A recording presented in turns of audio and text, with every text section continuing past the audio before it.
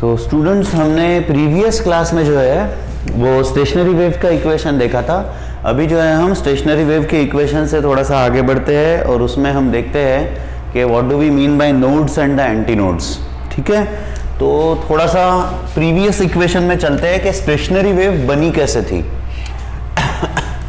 Actual में दो waves थी जो प्रोग्रेसिव वेव्स होती है, और वो वेव कैसे थी, सेम एम्पलीट्यूड और 2 pi n t minus x upon lambda जब हम लिखते हैं तो ध्यान में रखते हैं कि इसके एम्पलीट्यूड ए और फ्रीक्वेंसी एन है।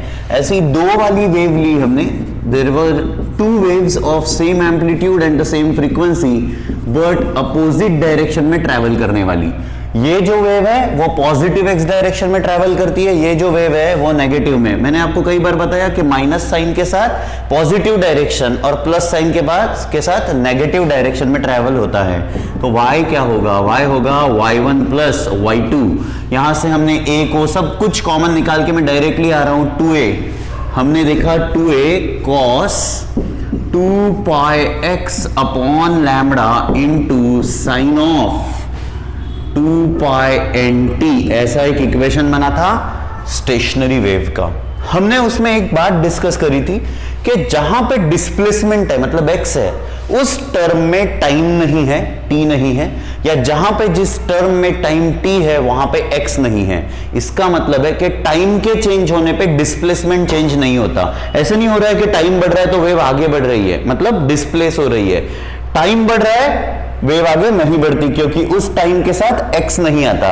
इतना सिंपल था। अगर आपको स्टेशनरी वेव को मैथमेटिकली कैसे रिप्रेजेंट करना है, इसका कॉन्सेप्ट समझना है, पहला तो स्टेशनरी वेव नाम बता देता है स्टेशनरी। स्टेशनरी का मतलब जो नहीं चलती, जो एक ही जगह पे रहती है। आपकी बुद्धि है कि नहीं? और उसमें मैथ्स कैसे डाले, मैथमेटिकली ये कैसे हम बताए, तो पता चला x जिस टर्म में हो उस टर्म में टाइम नहीं है, और जिस टर्म में टाइम हो उस टर्म में x नहीं है। ये चीजें आपको बता देती है कि वेव टाइम के साथ डिस्टेंस कवर नहीं करती या आगे नहीं बढ़ती। तो फिर चलो ठीक है, ये हमने प्रीवियस क्लास में डिस्कस किया था। यहां से आगे मैं इस इक्वेशन को लेकर जा रहा हूं स्टूडेंट्स। यहां ध्यान दीजिए, ये इतना जो टर्म था ना वो था amplitude. We use to write this as a sine of 2 pi n t. तो ये जो एम्पलीट्यूड है ये क्या होता है, ये होता है आपका a equals to 2a cos of 2 pi x upon lambda. ये है आपका एम्पलीट्यूड। वेव कैसे बन रही थी, स्टेशनरी वेव कैसे बन रही थी, ये एक रिजिड सपोर्ट है, मतलब एक ऐसा एंड लगा हुआ है, और ये एक दूसरा रिजिड सपोर्ट है। यहां पे डोरी का दूसरा एंड बंधा हुआ है और ये रस्सी यहां पे बांध दी हमने। अब इसको बार बार हम ऑसिलेशन दे रहे हैं। तो ये यहां से मैं निकला गड्डी लेके, बीच सड़क पे कौन आया, अमीषा पटेल मिली। अब यहां से क्या होगा, क्योंकि यहां पे क्रेस्ट पहुंचा था, तो सॉरी ट्रफ पहुंचा था, तो मैंने क्या कहा था आपको पहले एक बात समझाई थी कि अगर रिजिड मतलब देखो, रेयरर मीडियम से डेंसर मीडियम में अपन पहुंचे हैं, रेयरर से डेंसर में पहुंचे हैं। अरे यार रुको भाई, अपनी पुरानी बीमारी आ गई। तो यहां पे क्या पहुंचा है, यहां पे पहुंचा रेयरर मीडियम से डेंसर मीडियम की बाउंड्री पे। क्या पहुंचा है, रेयरर मीडियम से डेंसर मीडियम की बाउंड्री पे ट्रफ पहुंचा। तो रिफ्लेक्शन जो होगा वो क्रेस्ट का होगा। ये निकला क्रेस्ट यहां से रिफ्लेक्ट होके, और फिर यहां से आने वाली ये जो ब्लैक जो कंटिन्यूअस वेव आए जा रही है, इनसे ये रिफ्लेक्टेड वेव क्या हो गई थी, इनसे ये रिफ्लेक्टेड वेव सुपरपोज हो गई। और सुपरपोजिशन की वजह से वेव्स कैसे दिखने लगी, तो सुपरपोजिशन की वजह से वेव में ये लूप्स जनरेट होने लगे। ठीक है, तो ये लूप्स का जनरेशन कैसे दिखता है मैंने आपको प्रीवियस क्लास में बताया, पर एक बार फिर देख लीजिए कि एक्चुअल में होता क्या है। एक्चुअल में होता है कि एक इतना वाला पोर्शन जब ऊपर रहेगा तो इतना वाला पोर्शन नीचे चला जाएगा, तो इतना वाला पोर्शन जब ऊपर रहेगा तो इतना वाला पोर्शन, और उसके सेकंड मतलब कुछ वक्त के बाद, कुछ टाइम के बाद क्या होगा, ये वाला पोर्शन ऊपर, तो ये वाला पोर्शन नीचे, जब है ना, तो प्रैक्टिकली ये लूप्स बन कैसे रहे हैं, ये अगर ऐसा लूप है तो ये जब ऊपर जाता है तो ये वाला लूप ऐसे नीचे की तरफ मुड़ जाता है, फिर ये वाला लूप जब नीचे जाता है तो ये ऊपर, ऐसे वो ऑल्टरनेटिव बनते हैं और अपने ही जगह पे ऊपर नीचे होते रहते हैं। ठीक है, ये हो गया आपका स्टेशनरी वेव अपने ही जगह पे। तो इसमें कुछ फिक्स्ड पॉइंट्स है, जैसे ये वाला पॉइंट है, ये वाला पॉइंट है, ये वाला पॉइंट है, ये कहीं नहीं जाता, ये ना ऊपर जा रहा है ना नीचे आ रहा है, बाकी सारे पॉइंट ऑसिलेट हो रहे हैं, but there are certain points like this which are not going up और डाउन, वो ऑसिलेशन में नहीं है, और क्योंकि वो ऑसिलेशन में नहीं है हमने उनको नाम रखा नोड्स। क्या नाम रखा फ्रेंड्स? नोड्स। तो मैं थोड़ा सा इस पिक्चर को और क्लियर करता हूं कि नोड्स और उसी के अपोजिट एंटी नोड्स क्या होते हैं। ठीक है, थोड़ा सा एक अंडरस्टैंडिंग क्लियर करते हैं, फिर मैं आपको उसका फिर एक बार फिजिकल डेमो बताऊंगा कि वो वेव्स दिखती कैसी है। तो ये है दो रिजिड सपोर्ट्स, यहां पे हमने बीच में बांधी रस्सी और रस्सी को बार बार हम डिस्टरबेंस देने लगे, इस वजह से दो वेव्स बनी और उनका सुपरपोजिशन हुआ तो वो ऐसे कुछ हुआ। तो ये जो पॉइंट्स है जो कभी मूव नहीं होंगे, वो हर बार मीन पोजीशन पे रहेंगे। ये जो पॉइंट्स है जो हर बार मीन पोजीशंस पे रहेंगे उनको हम कहते हैं नोड्स। नोड्स कभी भी स्टेशनरी वेव में मूव नहीं होते, एसएचएम नहीं करते, वो क्या रहते हैं, वो स्टेशनरी रहते हैं। और पूरे वेव में कुछ ऐसे पॉइंट्स होते हैं, ये वाला या ये वाले, ये जो दो पॉइंट्स हैं, एक्चुअली ये ही पॉइंट ऊपर जा रहा है, ये नीचे आ रहा है, ऊपर जा रहा है, नीचे आ रहा है, तो ऐसा बात समझो कि ये उसका एक पोजीशन बस दिखा रहा है।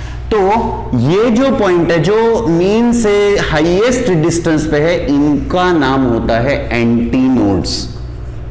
Anti nodes. प्रैक्टिकली नोड्स और एंटी नोड्स क्या है फिर एक बार समझेंगे।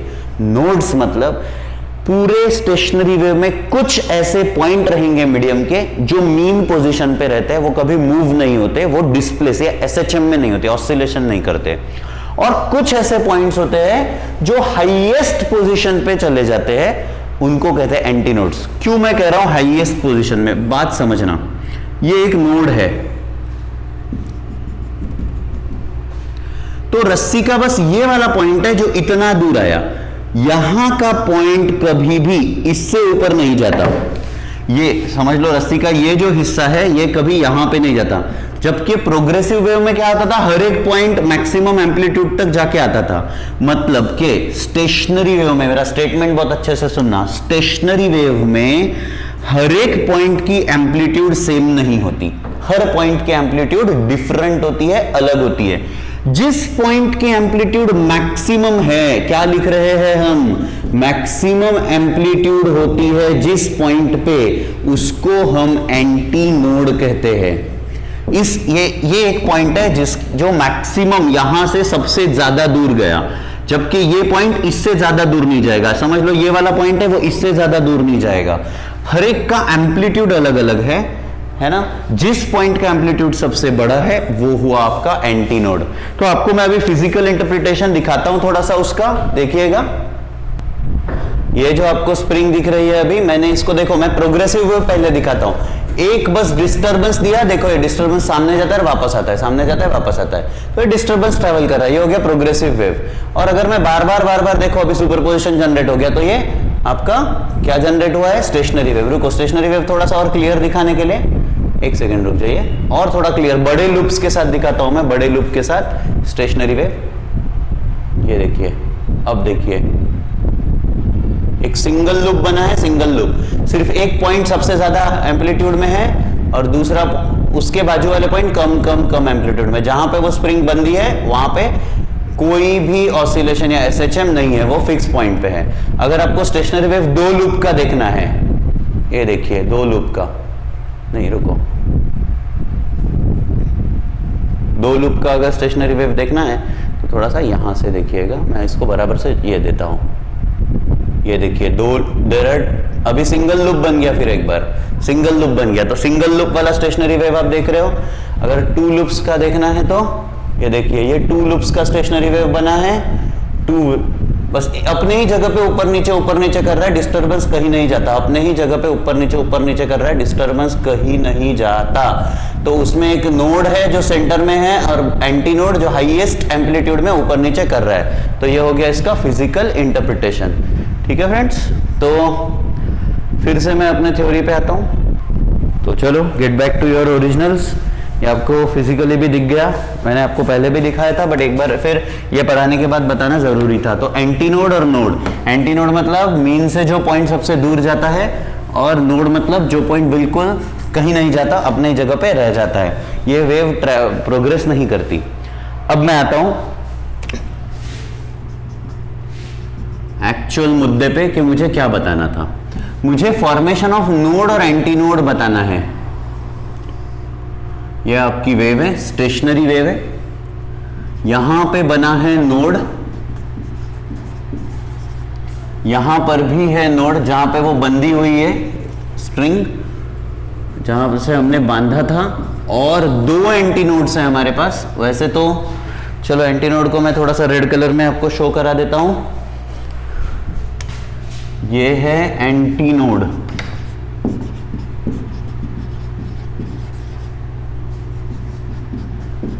एंटी नोड जो मैक्सिमम डिस्प्लेस होते हैं मीन पोजीशन से। अब हम क्या समझने वाले हैं, तो हम देखने वाले हैं कि फॉर्मेशन ऑफ नोड और एंटी नोड, या condition for node and anti node. तो इक्वेशन कैसा था हम जानते हैं, हम क्या पढ़ रहे हैं, फॉर्मेशन या condition for node and anti node, ऐसा ही हेडिंग करेंगे या उसी एक्सप्रेशन में कंटिन्यू करेंगे। कंडीशन फॉर नोड, नोड के लिए कंडीशन क्या है, नोड में कोई डिस्प्लेसमेंट नहीं होता। डिस्प्लेसमेंट नहीं होता मतलब एम्पलीट्यूड जीरो होती है। हमारे पास एम्पलीट्यूड का एक इक्वेशन है कि amplitude is given by 2a cos 2 pi x upon lambda. For node formation, जहां पे नोड बन रहा है डिस्प्लेसमेंट जीरो है, डिस्प्लेसमेंट जीरो है, इसका मतलब है कि एम्पलीट्यूड जीरो है। एम्पलीट्यूड क्या है, जीरो है। इसी का मतलब है therefore 2a cos 2 pi x upon lambda is equals to 0। Okay, तो ये 2a को इस तरफ ले जाओ, फिर सिर्फ cos 2 pi x upon lambda बच गया, ये बचेगा cos 2 pi x upon lambda. उसी इक्वेशन में कंटिन्यू करते हैं जो आपने पुरानी इक्वेशन लिखी, वहां पे ये हेडिंग या ये डायग्राम के साथ ये हेडिंग दीजिए और फिर आगे बढ़िए। 2 pi x upon lambda is equals to 0। अगर cos, ऐसा समझिए कि cos के अंदर का ये एंगल है थीटा, ये क्या एंगल है बच्चों, थीटा, ये पूरा एक थीटा एंगल है। तो cos थीटा 0 कब होता है, जब थीटा जो है वो π/2 हो जाता है। तो हम कह रहे हैं कि जो cos का एंगल है वो क्या हुआ, वो हुआ π/2 या फिर 3π/2 या फिर 5π/2। हर एक टर्म के लिए cos की वैल्यू क्या आएगी, 0। मतलब 90 डिग्री के लिए, 180 डिग्री के लिए है ना, ये 0 होती चली जाएगी। तो हमने यहां से ये पाई और यहां से ये पाई काट दिया, तो कितने डिस्टेंस पे है ना, स्टार्टिंग से कितने डिस्टेंस पे आपको क्या मिलेगा, नोड मिलेगा। तो x इज इक्वल्स टू, देखो मैं पहले तो इसको ऐसे नहीं लिखता, थोड़ा सा और जनरल फॉर्म में ले आता हूं। ये क्या है, ऑड मल्टीपल, तो इसको लिखा जाएगा, देखो सॉरी, ये हम इसी को ऐसे ही कंटिन्यू करें, 2 pi x अपॉन लैम्बडा, और इसको लिखा जाएगा 2p प्लस 1 π/2। एक तो आप यहां पे अगर +1 लेते हो तो p की गिनती 0 से स्टार्ट करो, मैंने पिछली बार बताया था, या फिर आप यहां पे माइनस ले सकते हो तो p की गिनती 1 से स्टार्ट करो। हम ऐसा लिख देते हैं, चलो वेयर p स्टार्ट्स फ्रॉम, क्योंकि यहाँ पे माइनस लिया तो 1 2 3 एंड गोज ऑन, ऐसा हम कर सकते हैं, है ना। तो p अगर यहाँ पे प्लस लेते हो, ऑड मल्टीपल चाहिए ना अपने को, 1 है 3 है 5 है, किसका ऑड मल्टीपल है, π/2 का। तो लिख सकते हैं 2p - 1 या 2p + 1। अगर +1 लिखते तो ये गिनती 0 से स्टार्ट करते, -1 लिखा तो 1 से स्टार्ट कर रहे हैं। तो हमने लिखा therefore 2 pi x upon lambda is equals to 2p - 1 into π/2। बच्चों इधर ध्यान दीजिए, ये पाई और ये पाई यहां से कट गया, ये 2 इस तरफ गया, x अपॉन लैम्बडा ये हुआ आपका 2p - 1 इंटू 1/4। ये 2 इधर इस 2 से मल्टीप्लाई हुआ, ये हुआ 1/4। तो हमने क्या लिखा, x is equal to 2p minus 1 lambda by 4। ये हो गया आपका नोड्स बनने का मतलब, यहां से ओरिजिन से जहां से वेव स्टार्ट होती है वहां से कितने डिस्टेंस पे नोड्स बनेंगे, कितने डिस्टेंस पे नोड्स बनेंगे। तो क्यों ना हम अभी सोचे कि पहला वाला नोड कहां पर बना। यहां से जब वेव स्टार्ट होती है तो फर्स्ट वेव यहां से कितने x मतलब लैम्बडा बाय 2 पे है, लैम्बडा बाय 3 पे है, कितने पे है, तो हम बोलेंगे therefore this is what, this is condition for nodes कहां बनते हैं, तो 2p माइनस 1 लैम्बडा बाय 4 इतने डिस्टेंस पे, ओरिजिन से, वेव के ओरिजिन से इतने डिस्टेंस पे नोड बनती है। अभी आपको ये मैथ्स का फॉर्म ध्यान में नहीं आ रहा, आपको ये पता है लैम्बडा क्या होता है, वेवलेंथ, p की वैल्यू 0 1 2 3 4 कुछ तो लिखेंगे, तो लैम्बडा की कुछ तो वैल्यू आएगी। कैसे आएगी देखिए, फॉर फर्स्ट नोड कब बना बच्चों, तो फर्स्ट नोड के लिए हम p की वैल्यू क्या रख रहे हैं, 1। For first node p equals to 1, तो क्या हुआ x1 या x1 क्या होगा, देखिए इसका वैल्यू 2 इंटू 1 माइनस 1 मतलब क्या हुआ 1, तो ये हुआ आपका लैम्बडा अपॉन 4। ओके, ये हो गया आपका लैम्बडा अपॉन 4। और अगर आपको अगला वाला, जैसे ये यहां से देखो, मैं इसको फिर से एक बार ड्रॉ करने वाला हूं इसी डायग्राम को, ताकि आपको थोड़ा सा ज्यादा बेटर एकदम अच्छे से समझ में आए। पर पहले ये वाली कंडीशन देख लेते हैं, क्योंकि इसके साथ चाहोगे तो ये मैच नहीं कर पाओगे। अब हम बोलेंगे for second node, second node क्या होता है, सेकंड नोड होता है x2 इज इक्वल्स टू या p2, या p की वैल्यू अपन रखेंगे 2, तो x2 क्या होगा, यहां रखिए 2 इंटू 2 4 माइनस 1 3 लैम्बडा बाय 4, तो ये हो जाएगा 3 लैम्बडा बाय 4। दैट इज अगले आपके nodes will form at nodes कहां पे बनेंगे, तो हम बोलेंगे लैम्बडा बाय 4 पे, 3 लैम्बडा बाय 4 पे, 5 लैम्बडा बाय 4 पे एंड गोज ऑन, है कि नहीं। मतलब आपका odd multiple of lambda by 4 आप लिख सकते हो 2p माइनस 1 लैम्बडा बाय 4, इसको लिख देते हैं that x is equals to 2p minus 1 lambda by 4। अच्छा ये तो लिखा ही था, सॉरी ये तो हमने पहले करा ही है, यहीं से तो निकाल रहे हैं 2p माइनस 1 लैम्बडा बाय 4। तो इतने डिस्टेंस पे क्या बनेंगे, आपके नोड्स बनेंगे। अब हम इसको कैसे एक्चुअल में समझे तो आपको बता रहा हूं। जब एक रस्सी का फ्री एंड हम लेते हैं और इसको वाइब्रेट करते हैं, तो ध्यान में रखिए free and her bar anti node बनाएगा, ये एक रूल की तरह ध्यान में रखिए। Free and her bar anti node बनाएगा और क्लोज एंड जहां पे बंधा हुआ है वो हर बार नोड बनाएगा। Free and will always form the anti node and the open and will always form the node. ये ओपन एंड है, यहां पे हर बार नोड मिलेगा, जो क्लोज एंड है वहां पे हर बार आपको एंटी नोड बनेगा। तो ये क्या हुआ आपका, सॉरी क्लोज एंड पे नोड और ओपन एंड पे anti node. Anti node eight open and हम लिख देते हैं एट ओपन एंड, और node this is a node eight close and. ये आपका यूनिवर्सल रूल की तरह याद रख लो, ओपन एंड पे हर बार एंटी नोड, क्लोज एंड पे हर बार नोड। अब देखिए यहां से वेव चालू हुई, तो अगर मैं आपको समझाऊं, यहां एक जगह कम है इसके लिए यहां पे बता रहा हूं। एक ऐसा लूप है या एक ऐसी वेव है, एक ऐसी वेव है, इस वेव का ये वाला डिस्टेंस होता है लैम्बडा, है ना। यहां से इतना डिस्टेंस होता है बच्चों लैम्बडा बाय 4। थोड़ा सा यहां पे जगह कम है, थोड़ा छोटे इसमें दिखा रहा हूं। या ये वाला देख लो, हर बार ये इतना डिस्टेंस, ये वाला डिस्टेंस पूरा का पूरा लैम्बडा अगर होगा, तो यहां से ये एक लूप, एक सिंगल लूप कितने डिस्टेंस का बनेगा, एक सिंगल लूप बनेगा लैम्बडा अपॉन 2 का, लैम्बडा अपॉन 2 का। तो लूप का आधा कितना बनेगा, वो बनेगा आपका लैम्बडा अपॉन 4। कितना बनेगा दोस्तों, यहां से ये वाला distance, this would be lambda upon 4, ठीक है ना, दिखा रहा हूं लैम्बडा अपॉन 4 इतना। तो अगर आप देखते हो एंटी नोड से नोड का डिस्टेंस लैम्बडा अपॉन 4 इतना हुआ, तो ये लैम्बडा बाय 4, ठीक है। तो यही आप देख रहे हो कि lambda by 4, 3 lambda by 4, 5 lambda by 4, इतने डिस्टेंस पे देखो जहां से वेव स्टार्ट हुई वहां से लैम्बडा बाय 4 इतने डिस्टेंस पे पहला नोड बना था, तो यहां से ये डिस्टेंस लैम्बडा बाय 4, फिर lambda by 4 plus lambda by 2, lambda by 4 plus, ये है ना आपका सेकंड वाला नोड कहां बना है, यहां पे बना है, तो lambda by 4 plus lambda by 2 होता है 3 लैम्बडा बाय 4, फिर लैम्बडा बाय 4 प्लस दूसरा वाला नोड यहां पे बना है, तो ये वाला पूरा डिस्टेंस कितना होता है, लैम्बडा होता है, तो लैम्बडा बाय 4 प्लस लैम्बडा क्या हो जाएगा आपका 5 लैम्बडा बाय 4। तो अगर इतना आपको ध्यान में नहीं आ रहा है तो सिंपली पहले इतना समझ लो, इस बात को समझ लो, चाहिए तो मैं इसको आपको डबल से फिर एक बार अभी के अभी रिपीट करा देता हूं और फिर हम एंटी नोड पे चलेंगे। फिर एक बार रिपीट कर रहा हूं, आराम से देखना पूरा।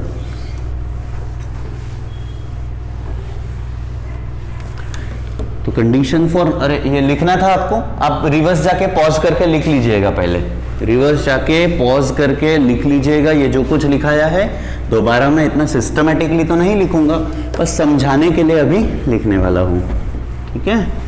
तो नोड्स कहां बनते हैं, फॉर फॉर्मेशन ऑफ नोड्स या condition for formation of nodes क्या होगा, तो भैया एम्पलीट्यूड होती है 2a cos 2 pi x upon lambda.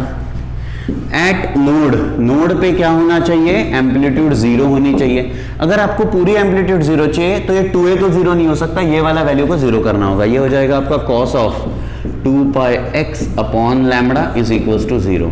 तो cos of theta equal to 0, तो थीटा की वैल्यू क्या होती है पाई बाई 2, तो देयरफॉर हम लिखते हैं that is 2 pi x upon lambda is pi by 2 या फिर 3 पाई बाई 2 या फिर 5 pi by 2 and goes on, और इसीलिए हम लिखते हैं 2p minus 1 pi by 2।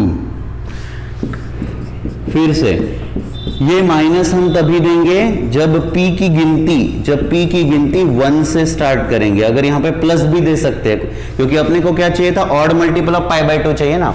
1 is odd number, 3 is odd number, 5 is odd number, तो हो क्या रहा है 1 into pi by 2, 3 into pi by 2, 5 into pi by 2, मतलब ऑड के मल्टीपल टाइम पाई बाई 2 है। तो 2p माइनस 1 एक तरीका है ऑड नंबर लिखने का, 2p माइनस 1 एक तरीका है, एक फॉर्मूला है। आप p की वैल्यू 1 रखिए, 2 माइनस 1 1, p की वैल्यू 2 रखिए तो 2 इंटू 2 4, 4 माइनस 1 3, फिर 3 रखिए तो क्या हो जाएगा 3 इंटू 2 6, 6 माइनस 1 5, तो देखो बराबर 1 3 5 आते जा रहे हैं। फिर एक बार समझो, p की वैल्यू 1 रखी तो 2 इंटू 1 माइनस 1 हुआ 1, 1 इंटू पाई बाई 2, देखो p की वैल्यू 1 रखी पाई बाई 2, p की वैल्यू 2 रखी, 2 इंटू 2 4, 4 माइनस 1 3, तो 3 इंटू यहां पे देखो 3 इंटू पाई बाई 2, फिर p की वैल्यू 3 रखी तो 6 माइनस 1 क्या होता है 5, तो ये देखो 5 into pi by 2, 5 into pi by 2, तो एक जनरल तरीका हुआ इसको लिखने का, ठीक है। अब हम इसमें क्या लिखते हैं कि ये पाई और ये वाला पाई हमने कैंसिल किया, x इज इक्वल्स टू ये होगा 2p माइनस 1, ये 2p माइनस 1 ऐसा ही है, लैम्बडा को इधर ले जाओ और इस 2 को नीचे से ले आओ, ये हो जाएगा आपका लैम्बडा अपॉन 4, ये हो गया आपका नोड बनने का इक्वेशन, जनरल इक्वेशन, ये आपका जनरल इक्वेशन हुआ। तो पहला वाला नोड कहां बनेगा, हम कहेंगे फर्स्ट नोड तब बनेगा जब p की वैल्यू 1 होगी। 0 कब होती, अगर ये प्लस होता, फॉर्मूले में बहुत बार बता चुका हूं आपको, ठीक है ना। तो x1 फर्स्ट नोड बना लैम्बडा अपॉन 4 पे। सेकंड नोड कब बनेगा स्टूडेंट्स, सेकंड नोड के लिए क्या करना होगा, आपको p की वैल्यू 2 रखनी होगी। जब आपको p की वैल्यू 2 रखनी होगी तो ध्यान दीजिए कि x2 क्या होगा, यहां पे रख के देखिए p की वैल्यू 2, तो 2 into 2 4, 4 minus 1 3, 3 into lambda upon 4, तो ये हो जाएगा आपका 3 इंटू लैम्बडा अपॉन 4। तो देखा जाए तो lambda upon 4, 3 into lambda upon 4, 5 into lambda upon 4, like odd multiple of lambda by 4, odd multiple of lambda by 4 पे आपके नोड्स बनेंगे। अगर हम डायग्रामेटिकली समझे, ये आपका रिजिड एंड है, मतलब क्लोज एंड है, ये रस्सी बांध दी।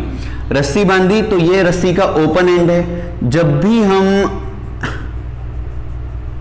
स्टेशनरी वेव बनाएंगे तो आपको एक बात बिल्कुल याद कर लेनी है कि हर बार ओपन एंड पे, ये क्या है दोस्तों, ओपन एंड है, और ये क्या है, क्लोज एंड।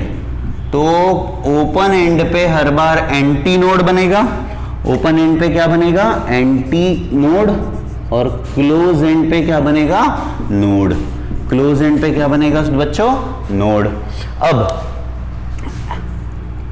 आपको डिस्टेंसेस फिर एक बार समझा रहा हूं। एक पूरी वेव, एक पूरा का पूरा वेव मतलब लैम्बडा होता है, तो उसका आधा हिस्सा आपके पास λ/2 होगा, इतना, ये आपको ध्यान में आ रहा है। तो उसका आधा, किसी भी एक लूप का आधा, अगर एक ये पूरा लूप है, अगर ये लूप आपका λ/2 है, अगर एक लूप आपका λ/2 है, तो ये आधा लूप कितना होगा, आधा लूप बनेगा λ/4, है ना।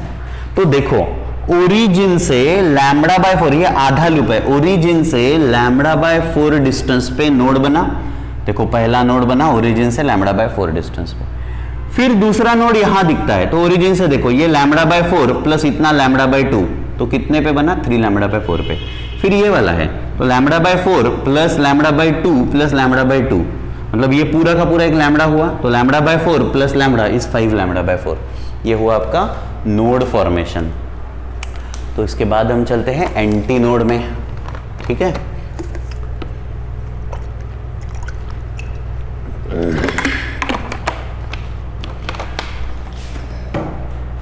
फिर देखेंगे एंटी नोड का क्वेश्चन।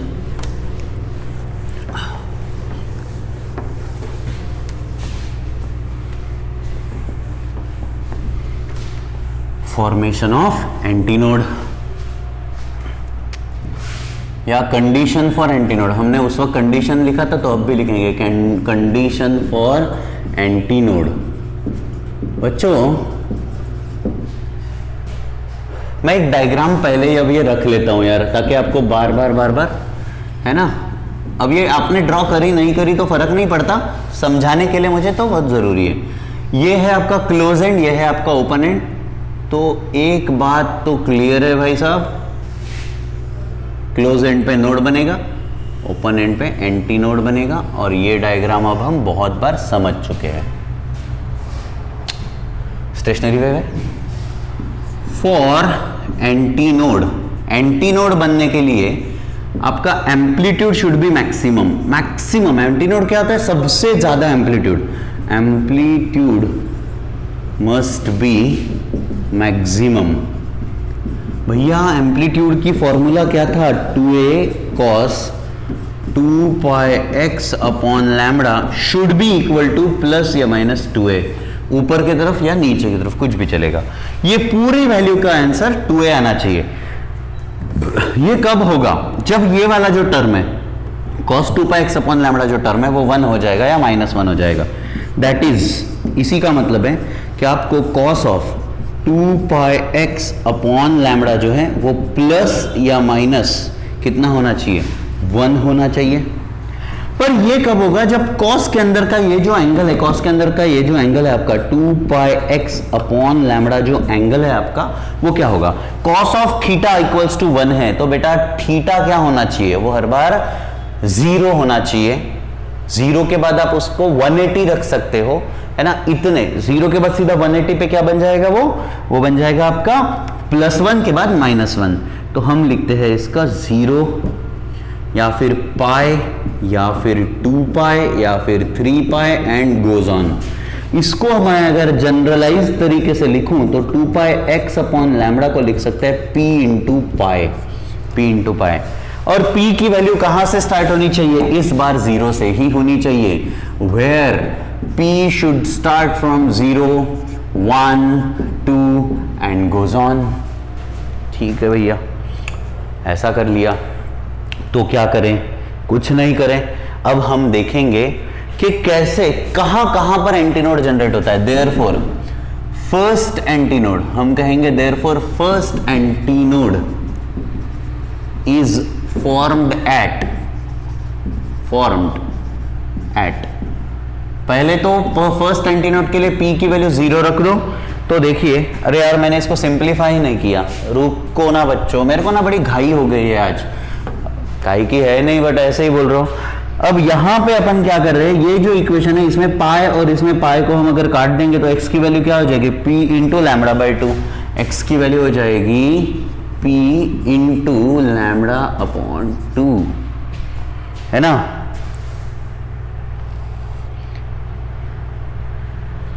तो ये हो गया आपका सीधी सीधी गिनती।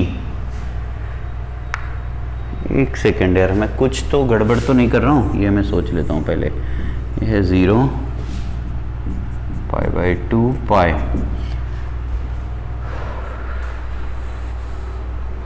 ओके कुछ तो यहाँ पे मुझे मैथ्स में गड़बड़ लग रही। नहीं यार, कोई मैथ्स में गड़बड़ तो नहीं है, क्योंकि इक्वेशन आपकी आएगी P। हाँ चलो ठीक है, तो आगे बढ़ते हैं, P इंटू लैम्बडा बाय 2। तो अब ये हो गया आपका कंडीशन फॉर एंटीनोड। ये आपको एक्चुअली ये चीजें ना आपको याद में रखनी होती है। कंडीशन फॉर एंटीनोड क्या है, तो ये है एंटीनोड इतने डिस्टेंस पे बनेगा हर बार। अब आप देख लो एक बार कि कैसे इसको प्रूव किया जाता है। देयरफॉर फर्स्ट एंटीनोड कहां बनेगा, उसके लिए पहले तो P की वैल्यू जो है वो 0 रखनी होगी।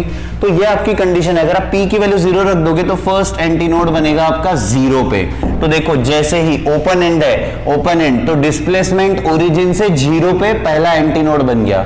Second antinode, therefore second antinode कहां बनेगा बच्चों, तो सेकंड एंटीनोड बन रहा है P इक्वल्स टू 1 पे। तो आप देख लो क्या हो जाएगा, x is equals to lambda by 2, है ना। देयरफॉर एंटीनोड्स बने 0 पे, लैम्बडा बाय 2 पे, देन क्या हो जाएगा, फिर लैम्बडा पे, देन 3 लैम्बडा बाय 2 पे, एंड गोज ऑन। ऐसे देखो, पहले 0 पे, फिर यहां से लैम्बडा बाय 2 पे, फिर यहां से 3 लैम्बडा बाय, फिर लैम्बडा पे, है ना, एंड गोज ऑन। इस तरीके से वो एंटीनोड्स बन रहे हैं। तो एंटीनोड का अगर आप अलग से ये निकाल रहे हो तो ये यहाँ पे पहला एंटीनोड, यहाँ पे फर्स्ट एंटीनोड, यहाँ पे सेकंड एंटीनोड, यहाँ पे third antinode, first second third antinode, ऐसे ये बनते चले जाते हैं। मैं इन कंडीशंस को फिर एक बार, अब मैं पूरा समराइज कर रहा हूँ जो भी हमने पढ़ा उस चीज को। आपको इसको लिखना है, अच्छे से पहले लिख लीजिए बहुत बढ़िया तरीके से, क्योंकि ये इम्पॉर्टेंट है, ये इम्पॉर्टेंट है, ये कंडीशंस बहुत इम्पॉर्टेंट है न्यूमेरिकल्स के लिए भी और आगे की अंडरस्टैंडिंग के लिए भी और बोर्ड्स के लिए भी, बोर्ड के पर्सपेक्टिव में भी बहुत। तो नोड कब बनते हैं, नोड बनते हैं ओरिजिन से डिस्टेंस अगर 2p + 1 लैम्बडा अपॉन 4 रहे, और एंटी नोड कब बनते हैं, जब आपका displacement P into lambda by 2 रहे। ये सिंपल कंडीशन है जो आपको याद में रखनी है, 2p + 1 लैम्बडा बाई 4 या फिर P इंटू लैम्बडा बाई 2। ठीक है, ये होगी आपकी condition for node and anti node. दो वेव्स जिनकी एम्पलीट्यूड और फ्रीक्वेंसी सेम है बट अपोजिट डायरेक्शन में ट्रेवल करते हुए सुपरपोज हुए, उन्होंने स्टेशनरी वेव बनाई। स्टेशनरी वेव क्या होती है, जो प्रोग्रेस नहीं करती, जो अपनी जगह पे ऑसिलेट करते रहती है और लूप्स बनाती है। ऑलराइट, लूप्स बनाती है। इसके अलावा अब हम समझते हैं कि इस लूप्स में कुछ ऐसे पॉइंट्स होते हैं, कुछ ऐसे पॉइंट्स होते हैं जो मीन पोजीशन पे ही रहते हैं, वो कभी ऑसिलेट नहीं करते। ऐसे पॉइंट को हम नोड कहते हैं। और इस पूरे लूप में कुछ ऐसे पर्टिकुलर पॉइंट होते हैं जो सबसे ज्यादा एम्पलीट्यूड से ऑसिलेट करते हैं, सबसे ज्यादा एम्पलीट्यूड से। तो इसलिए उनको हम एंटी नोड्स कहते हैं। दो, अब यहां पे बात समझिएगा कि नोड कब बनता है, जब उसका ओरिजिन से distance odd multiple of lambda by 4 हो, वेवलेंथ अपॉन 4 हो। और एंटी नोड कब बनते हैं, जब ओरिजिन से डिस्टेंस सिर्फ मल्टीपल ऑफ लैम्बडा बाय 2 हो, whole number multiplied by lambda by 2 हो। ठीक है, ये हो गया आपके कंडीशन। यहां पे अब हम, यहां पे एक्चुअल में आपका अंडरस्टैंडिंग कंप्लीट हो जाता है ये अपना स्टेशनरी वेव्स का।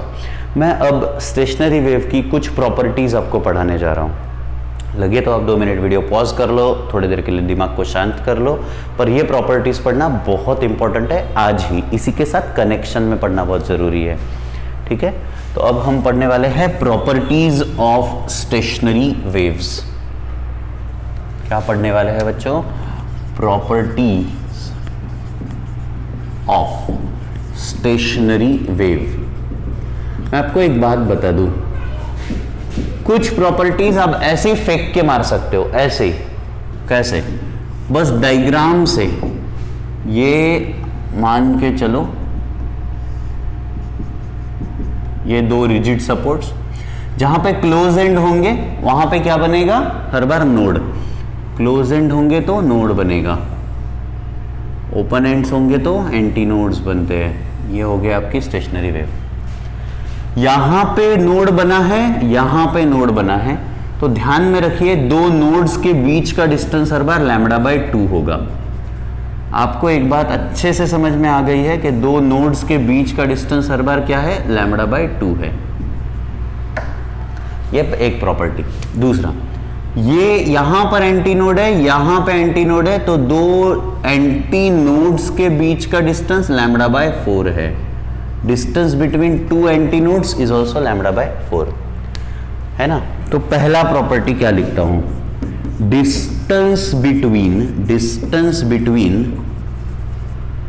2 एडजेसेंट नोड्स is λ/2. Similarly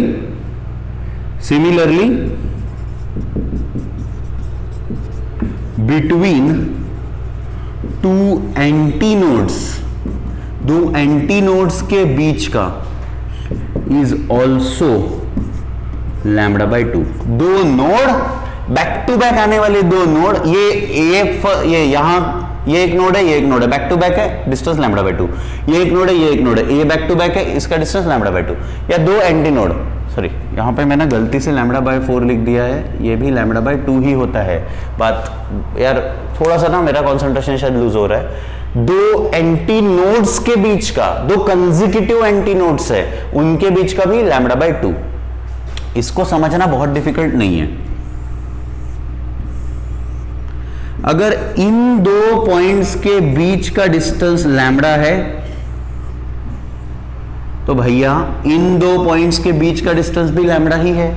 इसलिए यहां ये 2 के बीच का डिस्टेंस अगर λ/2 है, तो ये 2 के बीच का डिस्टेंस भी λ/2 ही होगा। तो चाहे 2 नोड्स हो या चाहे 2 एंटी नोड्स हो, दोनों के बीच का डिस्टेंस आपका λ/2 रहा। But distance between adjacent node and anti node, ये समझना है। Node and anti node, 2 adjacent node और एंटी नोड, मतलब क्या? ये वाला नोड और एडजेसेंट इसका एंटी नोड ये वाला है, तो ये λ/4 हुआ। ये पूरा लूप जो है, एक लूप होता है λ/2, तो उसका आधा लूप होता है λ/4। तो distance between antinode and node is λ/4, है ना। तो distance between adjacent node and anti node is λ/4। ये हो गया दोस्तों यहां पे इतना कंप्लीट। तो फिर इसके आगे सर और क्या है भैया? बहुत सारी प्रॉपर्टीज है। तीसरी प्रॉपर्टी, शायद मैं अपने नोट्स के सीक्वेंस से नहीं जा रहा हूं, क्योंकि थोड़ा अंडरस्टैंडिंग जो ज्यादा अच्छे से पहले आ जाए उसके बारे में समझ रहा हूं। अब एक बात बहुत अच्छे से समझे ना, there are certain points which always remains at the mean position, उन्हीं को हम नोड कहते हैं। ये एक प्रॉपर्टी हो सकती है that certain points does not at all oscillate are called as nodes, है ना। पर ये लिखने के लिए एक आंसर बढ़ाने का तरीका हुआ। अब हम सीधे एक्चुअल मुद्दे पे आएंगे कि जो बस पढ़ने लायक चीजें हैं। पढ़ने लायक चीज है कि amplitude of each particle of medium is different in A loop. मैं क्या बोल रहा हूं, ये एक लूप ऐसे होता है इस तरीके से। तो यहां का जो पार्टिकल है एक्चुअल में लूप बना कैसे, ये एक रस्सी है, ये सबसे पहले ऊपर गई, ऐसे गई, तो ये ऐसे बन गई, है ना। तो रस्सी का ये वाला जो पार्टिकल है वो यहां पर गया, ध्यान देना, ये वाला पार्टिकल यहां पर जाएगा, ये वाला पार्टिकल यहां पर जाएगा, है ना। तो ये पार्टिकल 1, 2 और 3, तो 1 की एम्पलीट्यूड 2 से कम है, 2 की एम्पलीट्यूड 1 से कम है ना। Each particle have a different amplitude, her particle कैसा है, डिफरेंट एम्पलीट्यूड है। हाँ, ये हो सकता है कि यहां का ये 2 और ये जो है यहां का ये 2 डैश हो सकता है यहां पे, बट पार्टिकल्स की एम्पलीट्यूड अलग अलग है। 3 की एम्पलीट्यूड हर बार मैक्सिमम होगी, और यहां पे जो 0th पॉइंट है जो नोड पे है उसकी एम्पलीट्यूड हर बार 0 ही रहेगी, वो कभी ऊपर नीचे जाएगा ही नहीं। Each particle has a separate या different amplitude in a node. एक बात। दूसरी बात, all particles are in same phase, सारे पार्टिकल सेम फेज में होते हैं in one loop, and out of phase in adjacent loop. पर एडजेसेंट लूप में वो क्या होते हैं, आउट ऑफ फेज। इसका मतलब क्या है, देख लीजिए। मान के चलो ये ऐसा रस्सी का इतना पोर्शन जब ऊपर जा रहा है तब कंसीडर करते हैं कि ये वाला पोर्शन नीचे जा रहा है। ऑब्वियसली कंसीडर क्या करना है, तो ये जो लूप है ब्लैक में, और मैं ये वाला लूप जो है वो रेड में ड्रॉ कर रहा हूं, एडजेसेंट मतलब बाजू वाला लूप। तो इस लूप के सारे पार्टिकल ऊपर ही जा रहे होंगे, और उसके एडजेसेंट लूप के सारे पार्टिकल नीचे ही आ रहे होंगे। अगर ये यहां का जो पार्टिकल है, यहां का जो पार्टिकल है वो ऊपर की तरफ बढ़ रहा है, तब ये वाला भी पार्टिकल ऊपर की तरफ बढ़ेगा, तब ये वाला भी पार्टिकल ऊपर की तरफ ही बढ़ेगा। तो सबके सब पार्टिकल सेम फेज में है, और उसके एडजेसेंट बाजू वाले लूप के पार्टिकल, अगर ये ऊपर वाला लूप इधर वाला लूप ऊपर की तरफ जा रहा होगा तो ये वाला लूप नीचे आ रहा होगा, अगर ये वाला लूप ऊपर जा रहा होगा तो ये बाजू वाला लूप उसके नीचे आ रहा होगा। तो क्या होता है कि अगर फर्स्ट लूप की सभी पार्टिकल की डायरेक्शन पॉजिटिव की तरफ है, तो उसके बाजू वाले लूप के सभी पार्टिकल्स की डायरेक्शन नीचे मतलब नेगेटिव की तरफ रहेगी, आउट ऑफ फेज रहेंगे 180 डिग्री से, पाई रेडियन से। एडजेसेंट लूप्स हर बार देखो, phase adjacent loop, out of phase in adjacent loop, out of phase, इस शब्द का मीनिंग है 180 डिग्री से फेज का डिफरेंस होना। क्या है इसका मतलब, 180 डिग्री से फेज डिफरेंस होना। ये हो गया आपकी प्रॉपर्टी। और एक तो अब हम क्या करते हैं, सीधा नोट्स में आते हैं। ये आपकी एकदम जो अलग अलग प्रॉपर्टीज थी, ये अब एक एक प्रॉपर्टी मैं आपको पढ़ के बता रहा हूँ, सुना रहा हूँ। 2 identical waves travelling through medium in opposite direction interfere with each other, produce resultant wave in the form of loop is called stationary wave। ठीक है, ये हम समझते हैं इसको। 2 आइडेंटिकल वेव है, सेम एम्पलीट्यूड सेम फ्रीक्वेंसी की, अपोजिट डायरेक्शन में जब सुपरपोज होते हैं तो स्टेशनरी वेव बनती है। When stationary wave is set up in a medium, there are some points, कुछ ऐसे पॉइंट्स है at which the displacement of particle of medium is 0। There are certain points जहां पे डिस्प्लेसमेंट जो है पार्टिकल का वो 0 रहेगा, ऐसे पॉइंट को हम नोड कहते हैं। ये सेकंड नंबर का पॉइंट है। Such points are called nodes and the points at which displacement of particle is maximum, और ऐसे पॉइंट जिनका डिस्प्लेसमेंट मैक्सिमम है that is antinode. The distance between 2 successive antinodes और नोड्स, 2 सक्सेसिव या adjacent nodes या फिर antinodes के बीच का डिस्टेंस क्या हुआ, λ/2। ये समझा चुका हूं।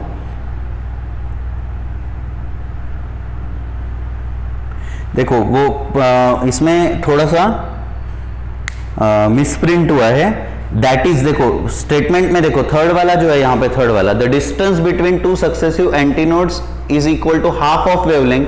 हाफ लिखने की जगह पे यहाँ पे फिर एक्चुअल सिंबल में λ/4 लिखा है, तो वहां पे करेक्शन कर लो, वहां पे थर्ड नंबर के पॉइंट पे ब्रैकेट में जो है दैट इज करके λ/2 कर लीजिए।